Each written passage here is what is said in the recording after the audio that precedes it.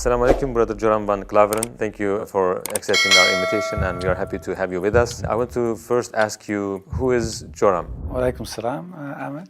Thank you very much for the invitation. It's a great honor for me to be here. Joram van Klaron was born on January 23 in 1979 in Amsterdam, in a pretty regular family: father, mother, brother, another brother, younger, sister, a cat. In Amsterdam, I was born and raised there.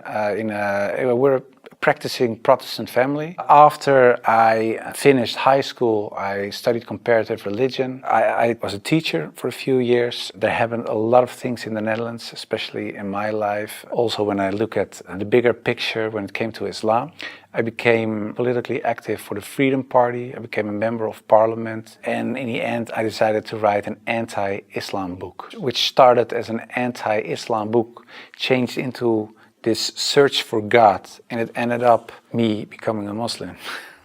How was your life in regards to faith? What did you believe in? Before I was a Muslim, I was a Protestant Christian from the Reformed Church. We read from the Bible, we all got biblical names, we were all baptized, we went to church, etc., etc. So we're pretty Christian in that way, in that sense. Of course, I believed that there is a creator, I believed in heaven, hell, I believed in angels, revelations, and of course what separates the Christians from the Muslims is that I believed that Jesus Christ was the Son of God. In a more philosophical way, I believed he was God himself, of course. I believed in the resurrection and crucifixion of Christ, of course. And I believed in the atonement. But because the Trinity is a very complex concept, whether you believe it or not, it's still very complex. Because if there is a God in the Bible, it says God is eternal. But if you are eternal and you die, you cannot be eternal, immortal at the same time. So that was something when I was a little older, 16, 17, I started questioning things like that. It's not very logical. I talked to many priests, preachers, even rabbis, and the answers I got weren't very satisfying. That made it for me kind of complex, and in the end I had some doubts about stuff like this, but I said, well, I set it aside and I thought, okay, I just believe it, and perhaps I'm not smart enough to get the whole picture. And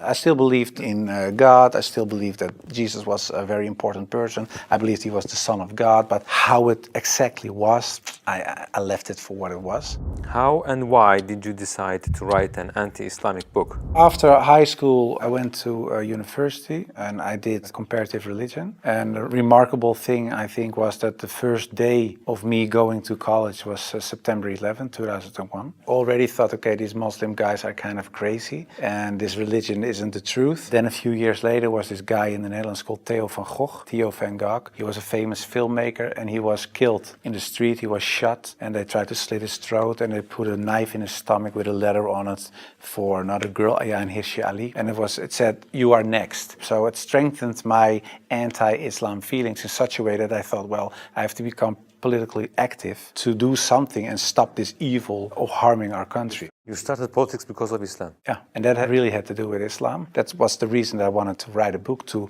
explain to people why Islam was a danger for the world. When I was writing my book, like I said earlier, the questions, the doubts I had about Christianity popped up again. And that was about truth, of course, because I was a believing Christian guy. And yeah, the Christian questions I had, in the end, were answered in an Islamic way. Because, of course, when I started writing the book, a lot of people think that it was a political book. But it wasn't so much a political book, it was a religious book, because I wanted to show people why Islam was a danger as a religion, and I wrote it from a Christian perspective. So in the beginning I made a comparison between the Christian concept of God and the Islamic concept. So I started comparing it. But because I had these doubts about the Trinity and I saw Tawheed, the oneness of God in Islam, I thought, yeah, it sounds a little bit more logical. And then I thought to myself, well, I reread the Bible to refresh myself and see, okay, why isn't the concept of Islam, the Tawheed concept, isn't the Christian concept? But when I was reading the Old Testament and I saw what the Old Testament prophet said, it was one God, one God, one God. And then I thought, okay, I'll look only at the words of Jesus Christ in the New Testament. And then there's this story in the New Testament where a guy comes to Jesus and he asks him, what is the most important thing in life? How can I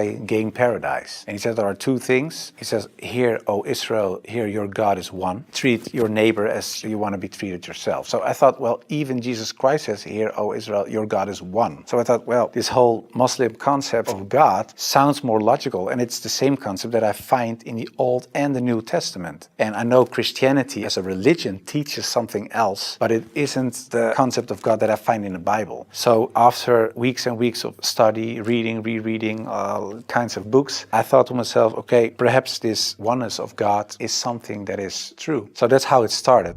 What resources did you use while doing your research? Because I was kind of shocked, I started writing to several authorities on these religious matters. And one of the guys that I wrote to was Sheikh Abdul Hakim Murad, and he's a professor from Cambridge University. But in a way, it was kind of strange, of course, because I was a politician back then still. I was writing an anti-Islam book with an anti-Islam purpose. And I'm asking this Muslim professor from another country, can you help me?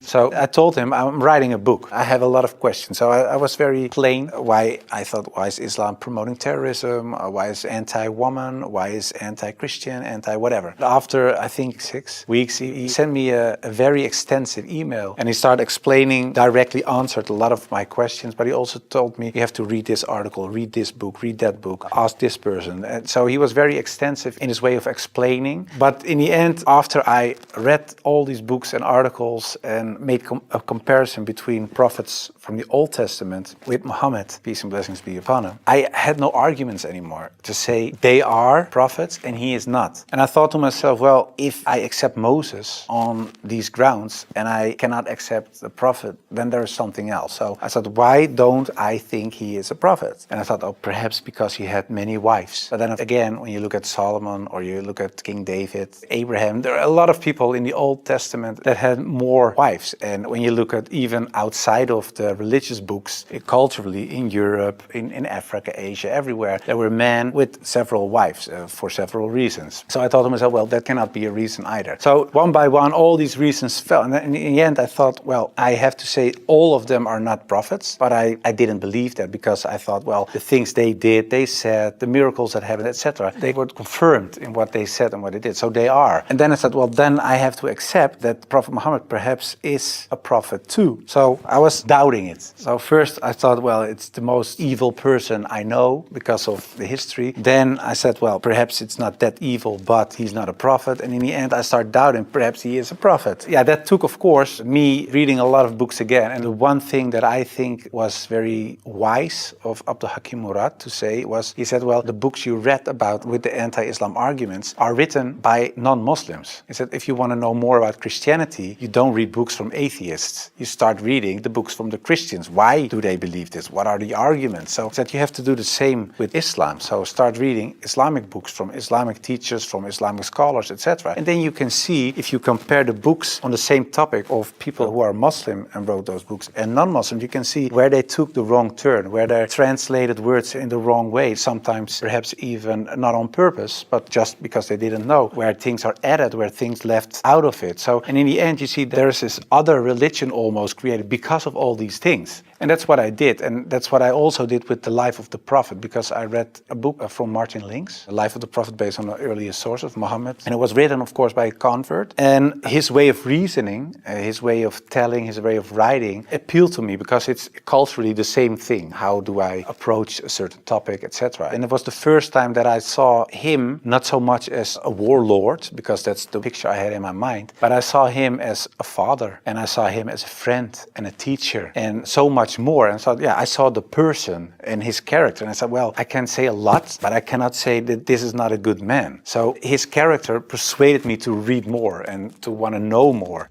What surprised you the most while doing your research? The story about Hind, there was something that, like a switch, like I had to change. And that was because I thought Hind was the wife of one of the enemies, Abu Sufyan. And in a way, they gave money to kill Hamza, the favorite uncle of the Prophet. And that was what happened on the battlefield. He got killed. They even paraded with his ears and cut off his nose and horrible stuff. So the Prophet was deeply sad, of course, of what happened. And years later, he became powerful. He came in power. tower in Mecca. And then there was hints. And I was reading this book and I thought, okay, now she gets crucified or her head gets cut off or something like that. But he said, well, I cannot look at her right now, but everybody is forgiven. And if you want to stay here and live among the Muslims, it's possible. If you don't want that, you can go. But bloodshedding is over now. And I thought to myself that she was forgiven. If you can forgive someone who kills a relative, especially a favorite uncle of you, even starts parading with parts of his body to show other people that she humiliates you and whatever you stand for, that means you have such a great character. It's very special. It's something you don't see. And that's what he did. So I thought to myself, well, it was a really special guy. And when I thought that, I thought, well, I have these arguments for him being a prophet. I see his character. I see the way he treated other people. I see how he treated his enemies. I think he is a prophet. But then I thought to myself, whoa, that's horrible. Because I already accepted this oneness of God. And now I say he is a prophet. If I say there is only one God and Muhammad is his prophet, that's almost shahada. So I thought to myself, okay, let's close the books. Stop. This is going in the wrong direction. And of course, I wasn't that anti-Islam anymore because of what I read, what I saw, and what I experienced. What I tell you now, it sounds a little like a fairy tale, but it really happened. In the end, there were all these books at the table. And when I had this feeling of, yeah, okay, this is shahada in a way, I thought, well, I put all the books away and I put the books on the highest shelf. But there were so many books that a lot of books fell off the shelf. And one of the books that fell off the shelf was the Qur'aan. And when I picked it up, my hand was on a page with Surah 22, Ayat 46. And it says, it's not the eyes that are blind,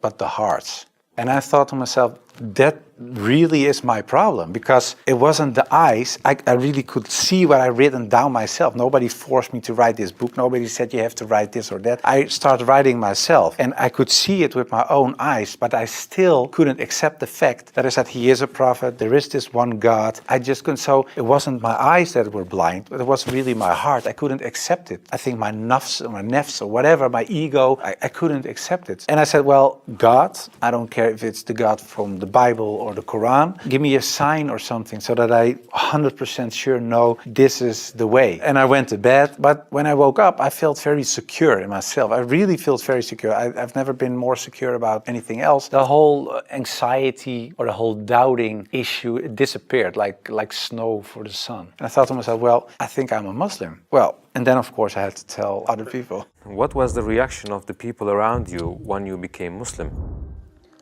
Assalamu alaikum, brothers and sisters. We saw that 80% of our audience, including this video, are not subscribed to our channel. As you know, we are a non-profit organization and advertisements are disabled on our videos. So the only reason we are asking for this is to spread the truth. It may seem like a small act, but inshallah, it may be a means of guidance for many people. Now let's click the subscribe button and let's together walk towards eternity.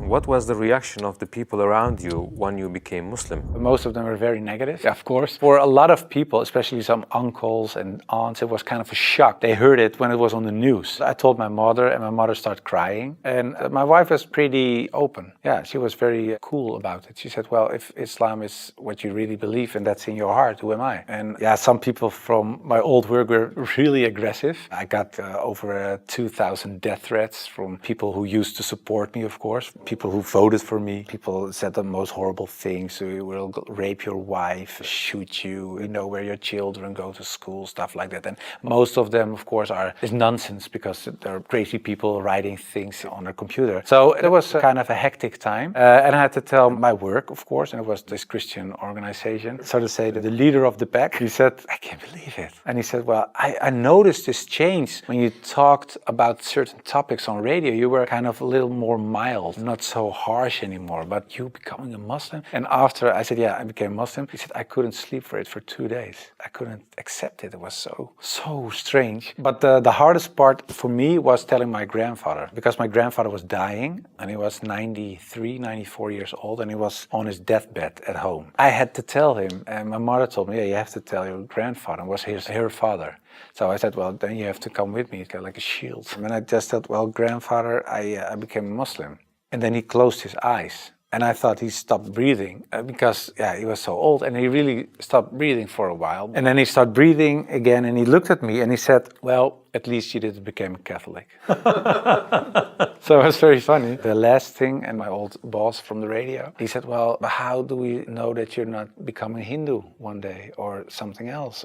And I told him, well, I never chose a religion. One time, and it was when I became a Muslim. Before that, I didn't choose my religion. I was born in a Christian family. I was raised in a Christian way. And I'm very grateful for all the good things that it brought me. But it was not my decision. And the only time I made a decision was me becoming a Muslim. And it was the most, like I said, I think the most important decision I made. And it was the most rational decision I made. I never took years and years to decide one thing, only becoming a Muslim. How did you feel when you made your first salah? It's, of course, a beautiful moment, but very strange as well. Because as a Christian, you're not used to pray like that. You pray with your hands together and perhaps on your knees in front of your bed or something. But I think it's very beautiful that you really prostrate. So you really bow down in the deepest way for your Lord. So that's a very humbling, beautiful thing, I think. And that, it made me feel very happy.